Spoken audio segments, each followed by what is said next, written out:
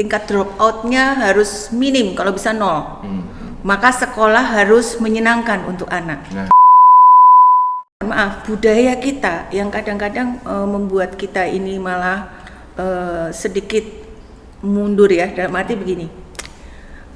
Masyarakat itu akan membiarkan anak-anaknya itu bekerja asal berdekatan dengan orang tuanya.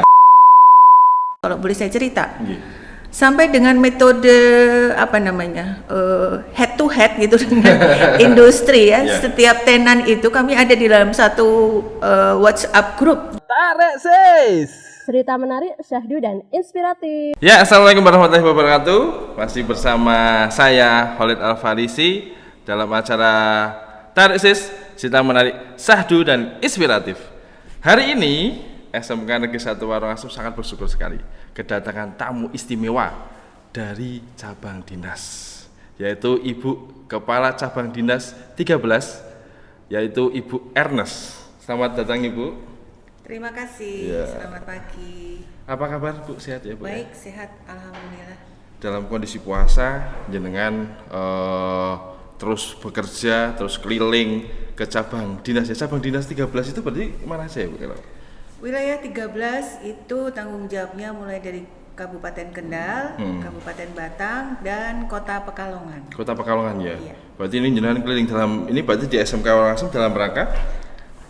Kebetulan ada kegiatan kampanye program guru penggerak angkatan 7. Oh, berarti Bu terus walaupun puasa terus keliling ke sana kemari ya untuk melihat situasi kondisi di puasa bukan berarti kita harus duduk diam dan menunggu. Puasa adalah ibadah, bekerja adalah ibadah. Kalau saya sendiri sering melihat Bu Ernest, terutama di SMK 1 Warungasem sini ya, sering dalam kegiatan pembukaan acara, dan perlu kita tahu bahwa Jawa Tengah itu luar biasa, bahwa terutama di cabang dinas 13 ya, di sini saja kepala cabang dinasnya perempuan. Nah, kepala dinas pendidikan Provinsi Jateng juga perempuan. Ini berarti menandakan bahwa perempuan-perempuan ataupun Kartini itu super ya, yang di Jawa Tengah itu Kartininya super. Beliau punya punya dedikasi, punya kepemimpinan yang bagus, dan punya kinerja yang luar biasa. Artinya di Jawa Tengah itu perempuan-perempuannya memang hebat-hebat. Nah, mohon maaf ini Bu Ernest, ini saya itu bahasanya itu sedikit canggung ya, belum pernah SMK 1 Warungasem podcast dalam arti mengundang tamu yang bahasanya istimewa. Nah, ini Bu Ernest ini termasuk tamu yang istimewa karena kepala cabang dinas kita di 13. Bu Ernest itu kan cabang dinas. Berarti mohon maaf kalau cabang dinas itu lingkupnya seperti apa ya, Bu?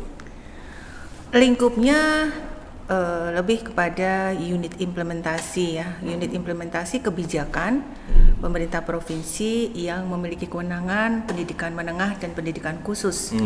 Oleh karenanya yang menjadi tanggung jawab cabang dinas wilayah 13 adalah SMA, SMK, dan SLB yang ada di Kabupaten Kendal, Batang, dan Kota Pekalongan. Dan sebenarnya saya bukan tamu istimewa ya. Yang menurut saya istimewa adalah teman-teman guru. Sangat istimewa, dan saya sangat bersyukur SMK Negeri 1 Warungasem ini punya guru yang masih relatif muda ya, generasi milenial ya.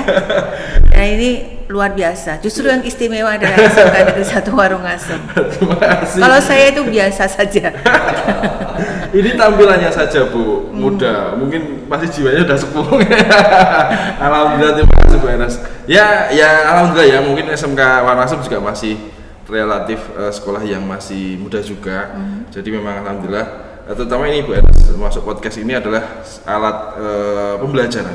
Awalnya alat pembelajaran di mana kita bingung mau memberikan pembelajaran apa ke anak-anak pada waktu itu pandemi. Akhirnya tersirat untuk membuat sebuah pembelajaran model podcast tentang masalah pengalaman-pengalaman anak. Nah, kalau Bu Ernest sendiri, mohon maaf ini Bu Ernest, kalau dulu dalam artinya sebelum menjadi cabang dinas, kepala cabang dinas itu dulu bertugasnya di mana? Alhamdulillah sepanjang umur saya menjadi seorang ASN itu bekerja untuk pendidikan. Tetapi memang pendidikan saya bukan sebagai pendidikan untuk menjadi guru, ya. Jadi mungkin dari 13 cabang dinas yang ada di Provinsi Jawa Tengah saat ini, satu-satunya kepala cabang yang latar belakangnya bukan sebagai pejabat fungsional adalah saya. Tetapi sejak menjadi CPNS memang dari awal memang sudah di Dinas Pendidikan, dan kebetulan orang tua saya juga seorang guru. Jangan salah, bapak saya itu guru SMA Negeri 1 Magelang dulu. Oh, luar biasa. Guru fisika, ya. Dan beliau banyak menginspirasi saya untuk memahami lebih tentang pendidikan itu sendiri. Iya. Nah, ini kan termasuk kayak di Provinsi Jawa Tengah sekarang kan bahasanya bisa dikatakan sekolah, kalau kami melihat ya bahwa Provinsi Jawa Tengah itu mempunyai ke depan mempunyai jalur yang bagus dalam mengolah pendidikan. Terutama sering sekali di era COVID ini bahwa di Provinsi Jawa Tengah sering melaksanakan dan menggencar-gencarkan untuk guru berinovasi. Iya. Ya. Nah, dan pada waktu itu juga ada lomba-lomba video tentang inovasi guru terutama dalam pembelajaran dan sebagainya, itu menggugah para guru untuk membuat bagaimana caranya kami menginovasi sebuah pembelajaran agar ke depan itu lebih modern. Kalau Bu Ernest menanggapi hal seperti itu seperti apa Bu dalam inovasi guru-guru sekarang ini? Betul. 2 tahun terakhir ya, 2 tahun terakhir ketika kita dilanda pandemi ini sebenarnya sebuah hikmah yang sangat luar biasa untuk bidang pendidikan. Disitulah kita menjadi tersadar bahwa sebetulnya pendidikan itu adalah inovasi. Mengapa saya mengatakan seperti itu? Pendidikan itu harus selangkah lebih maju dari perkembangan zaman yang ada gitu. Bukan malah pendidikan yang mengejar perubahan, tetapi pendidikanlah yang harus lebih dulu dari perubahan itu sendiri yang ada di masyarakat kita. Ya, jadi sehingga mari teman-teman guru, anak-anak juga ya. Kalau kita menuntut anak untuk bisa inovatif, gurunya juga harus inovatif gitu. Kepala sekolahnya juga harus inovatif. Kepala cabangnya juga harus inovatif. Jadi artinya adalah inovasi itu ya. Kita tidak bicara tentang seberapa bermutu sebuah inovasi ya. Tetapi perubahan atau temuan-temuan baru sebetulnya itulah sumber ilmu pengetahuan ya. Karena sejatinya pendidikan itu adalah pengalaman belajar. Iya, luar biasa sekali. Ya. Makanya ayo mari bersama-sama kita belajar. Betul, belajar itu adalah sepanjang hayat. Ya. Kalau program dari Provinsi Jawa Tengah sendiri dalam pendidikan kira-kira ke depan targetnya seperti apa untuk soal masalah ya termasuk inovasi itu sendiri? Targetnya adalah produk kreasi entah dari warga satuan pendidikan, entah kreasi anak-anak, entah kreasi para guru, entah kreasi para kepala sekolah ya. Kalau kami melihatnya ya, meskipun di dalam target indikator kinerja kami memang ada 4 ya. Salah satu diantaranya adalah kalau di tingkat sekolah itu terjemahannya tingkat drop out-nya harus minim, kalau bisa 0. Maka sekolah harus menyenangkan untuk anak supaya drop out tidak ada. Yang kedua adalah target prestasi. Nah, prestasi tadi kaitannya dengan inovasi. Saya sampaikan bahwa prestasi itu adalah buah dari inovasi gitu. Ya, bukan sekedar juara ini, juara itu gitu ya. Tetapi kalau bisa menciptakan sesuatu ya, itu adalah prestasi. Kemudian yang ketiga itu adalah tentang kurikulum ya. Kalau sekarang pemerintah itu kurikulumnya adalah Merdeka Belajar, sejauh mana kita mampu segera ya bergerak untuk menyesuaikan diri dengan transformasi pembelajaran yang saat ini sedang menjadi kebijakan. Kemudian yang terakhir adalah ini menjadi tugas pemerintah sebenarnya, yaitu memenuhi kebutuhan sarana prasarana yang ada di sekolah. Tetapi terlepas dari itu, masing-masing posisi itu dalam arti kami yang ada di cabang dinas dari sisi pemerintah, sekolah itu keempat itu menjadi rujukan dari kinerja kita. Gitu. Jadi itu sebenarnya targetnya apa? Ya targetnya semua itu semakin banyak kuantifikasinya. Kecuali yang drop out ya, kalau drop out 0. Kalau prestasi semakin banyak berarti ya itu targetnya semakin meningkat dari tahun ke tahun gitu. Harapannya ya tentu saja tamatan SMA, tamatan SMK tidak membebani masyarakat kita atau pemerintah karena menganggur. Mereka harus berkontribusi membangun negara ini, menciptakan sesuatu, bekerja produktif. Jawa Tengah ini kan sekarang Bu, Jawa Tengah ini sekarang bakal menjadi sebuah provinsi yang sangat besar. Karena jelas di Batang ini sendiri ini bakal mempunyai pabrik-pabrik yang sangat banyak. Di Gringsing itu ada KITB, di daerah Segayung itu ada Indonesia Batang Industri Park. Otomatis itu akan menjadi lahan-lahan pekerjaan yang sangat besar untuk sumber belajar anak SMK terutama ataupun anak SMA nanti yang kuliah nanti lulus. Nah, menanggapi hal seperti ini Bu, pasti kan harus ada rencana ke depan. Maksud Cabang Dinas harus bagaimana caranya itu bisa memberikan sebuah pembimbingan kepada SMK agar anak-anak itu ke depan bisa dibutuhkan. Karena paling tidak simbiosis mutualisme itu penting, di mana SMK itu menciptakan anak-anak yang bisa nanti untuk bekerja dan perusahaan atau pemerintah menyediakan lapangan pekerjaan yang sangat besar. Nah, untuk dari Ibu sendiri bagaimana sih ke depan biar anak-anak ini benar-benar sadar bahwa ke depan harus benar-benar menyiapkan dirinya di dunia kerja, karena memang ke depan harus kita bersaing dengan globalisasi ini. Betul. Apa yang sudah kami lakukan, mungkin saya bisa meminjam analogi ya, apa yang kita lakukan di Kendal. Karena kebetulan kawasan ekonomi Kendal itu lebih dulu ada ya. Kalau KEB kan masih dalam proses pembangunan saat ini ya. Kalau di KEK itu kami di dalam tataran implementasinya kami sudah koordinasi sinkronisasi dengan pengelola KEK, kawasan ekonomi Kendal. Karena kita mengupayakan sisi supply dan demand ini bertemu. Demandnya adalah demand tenaga kerja itu adalah industri. Karena itu adalah KEK, kawasan itu sekarang ini tenan-tenannya adalah industri-industri baru, ya. Beberapa itu ada PMA, ya, modal asing. Sementara supply-nya itu adalah tamatan SMK. Nah, ini yang harus kita pertemukan antara supply and demand ini. Jadi kalau SMK itu meluluskan tamatan yang tidak dibutuhkan oleh KEK kan amat sayang sekali, gitu kan ya. Di depan mata ada kawasan ekonomi. Sementara mohon maaf, budaya kita yang kadang-kadang membuat kita ini malah sedikit mundur ya, dalam arti begini.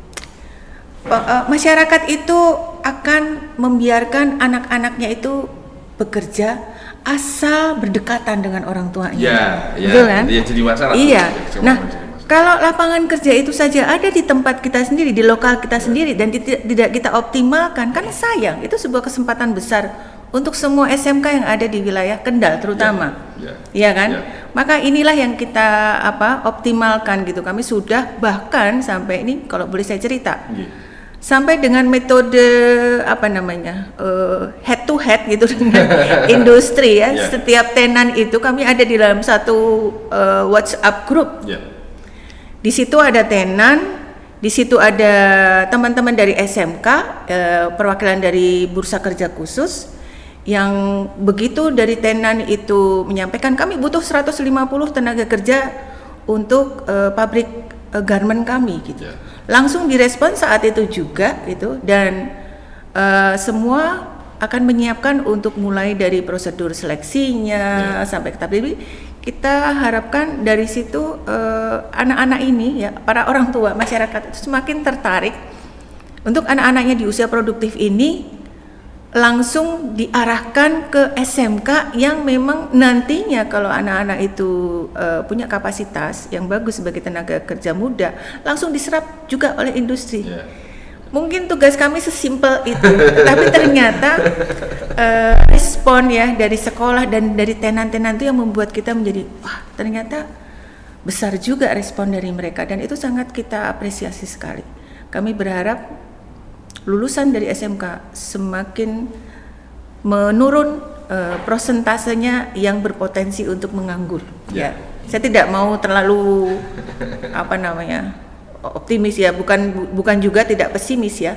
Tetapi kami berharap persentase tamatan SMK untuk terserap di dunia kerja itu semakin meningkat.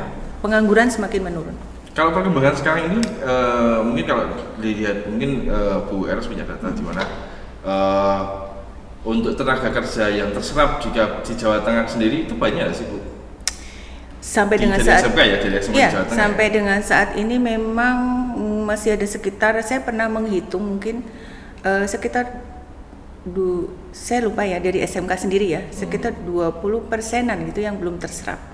Tetapi ini sudah termasuk sama yang wirausaha ya. Wirausaha. Jadi wirausaha itu sudah kami anggap mampu berkontribusi untuk tidak menganggur. Yeah. Karena target dari SMK tidak hanya serapan Dudi, karena kalau murni hanya untuk serapan Dudi, mohon maaf, Dudi dengan jumlah sekolahnya banyak sekolahnya ya kan. Jadi tetap kita mengupayakan anak-anak ini nantinya kalau tidak hanya terserap oleh Dudi, mereka juga mampu berwirausaha. Oleh karenanya sekolah-sekolah ini tadi kembali lagi ke inovasi. Yeah. Ya, inovasinya adalah mereka itu harus dibimbing sampai mampu untuk produktif gitu, berwirausaha. Jadi kemampuan wirausaha itu wajib diberikan kepada anak-anak kita di SMK untuk sekolah, wajib. Ya.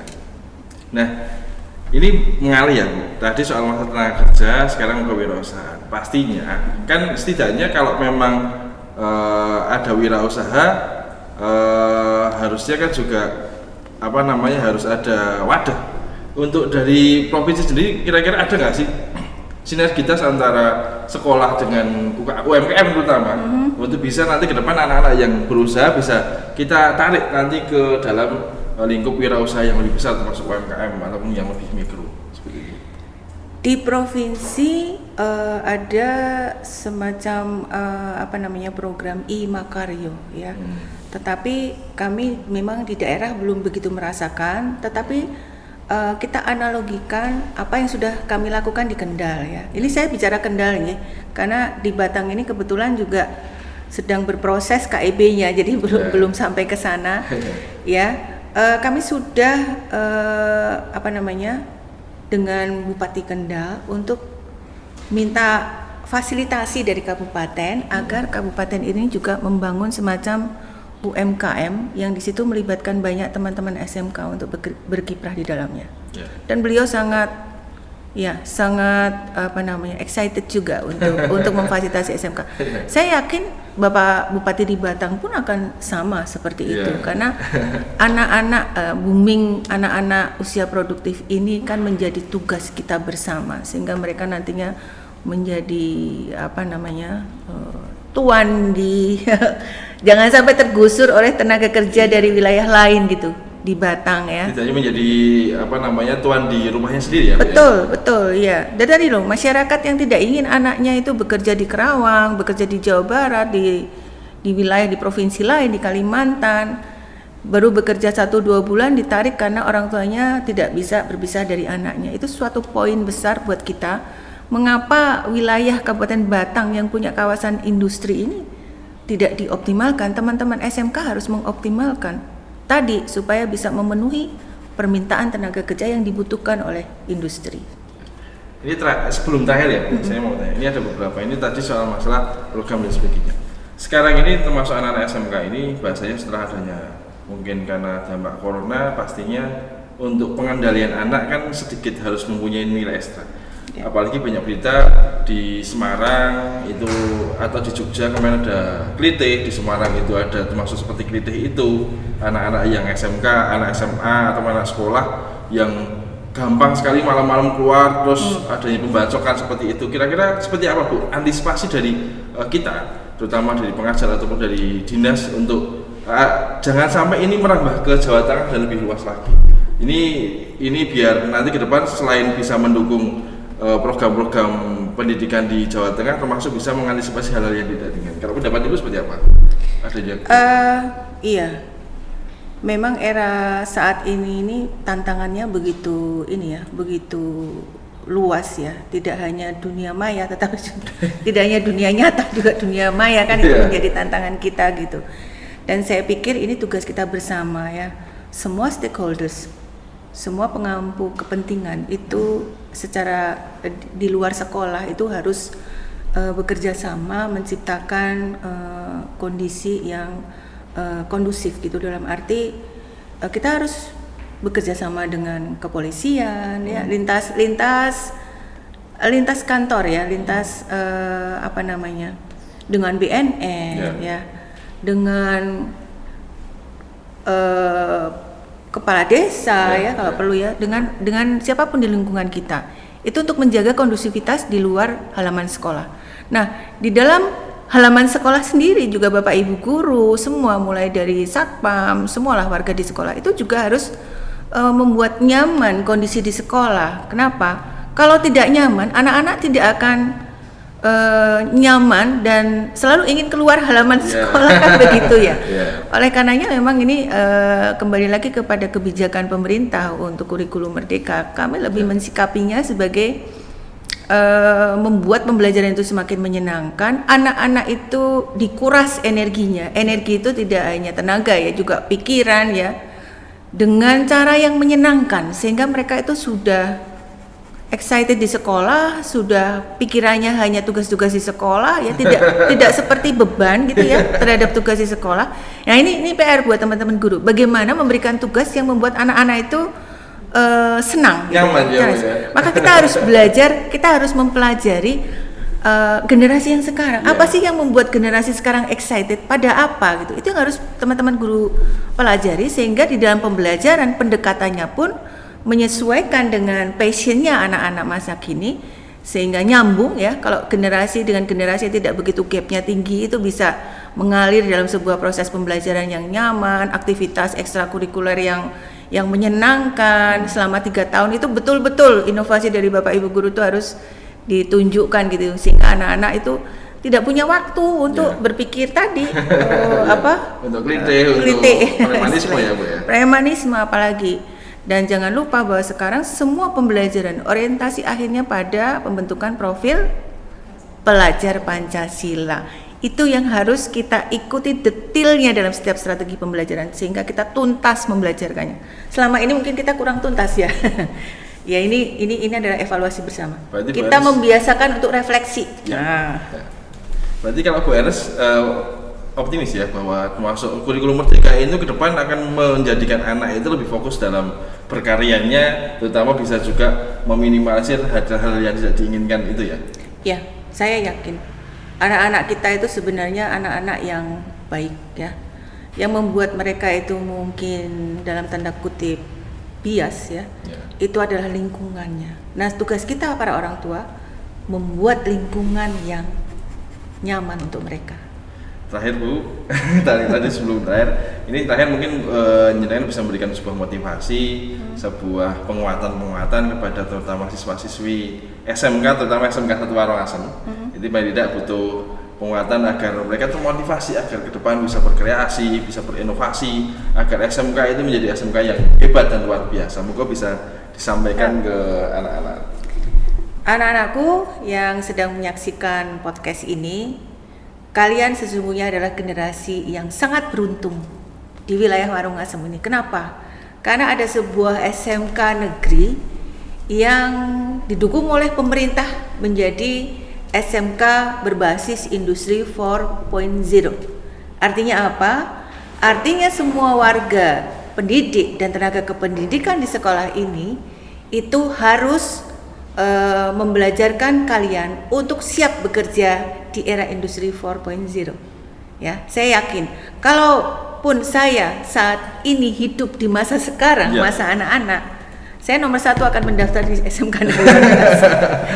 Ya, karena saya tidak mau tertinggal dari industri 4.0.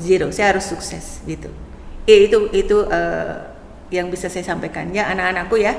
Semangat semua, SMK Negeri 1 Warongasem adalah SMK yang unggul. Terima kasih Bu Ernest sudah hadir ke SMK 1 Warongasem. Ini sebuah penghormatan yang luar biasa bagi kami. Podcast pertama orang-orang yang dalam artian kita anggap penting ini Ibu Ernest orang pertama yang sudah duduk di podcast ini. Biasanya hanya Alhamdulillah. guru-guru tok, Bu. Alhamdulillah. Terima kasih, Bu. Semoga saya bisa kembali lagi. Siap. Menjadi kepala dinas mungkin. Nah, terima kasih untuk Bu Ernest, terima kasih atas kerjasama hari ini, bisa sharing. Mungkin anak-anakku semuanya, mungkin Bapak Ibu guru bisa memberikan sebuah pembelajaran dari podcast hari ini. Semoga ke depan pendidikan kita akan lebih maju lagi, akan lebih meningkat dan akan lebih sukses. Terima kasih. Assalamualaikum warahmatullahi wabarakatuh. Tarik sis, Cita Melek Sadu dan Inspiratif.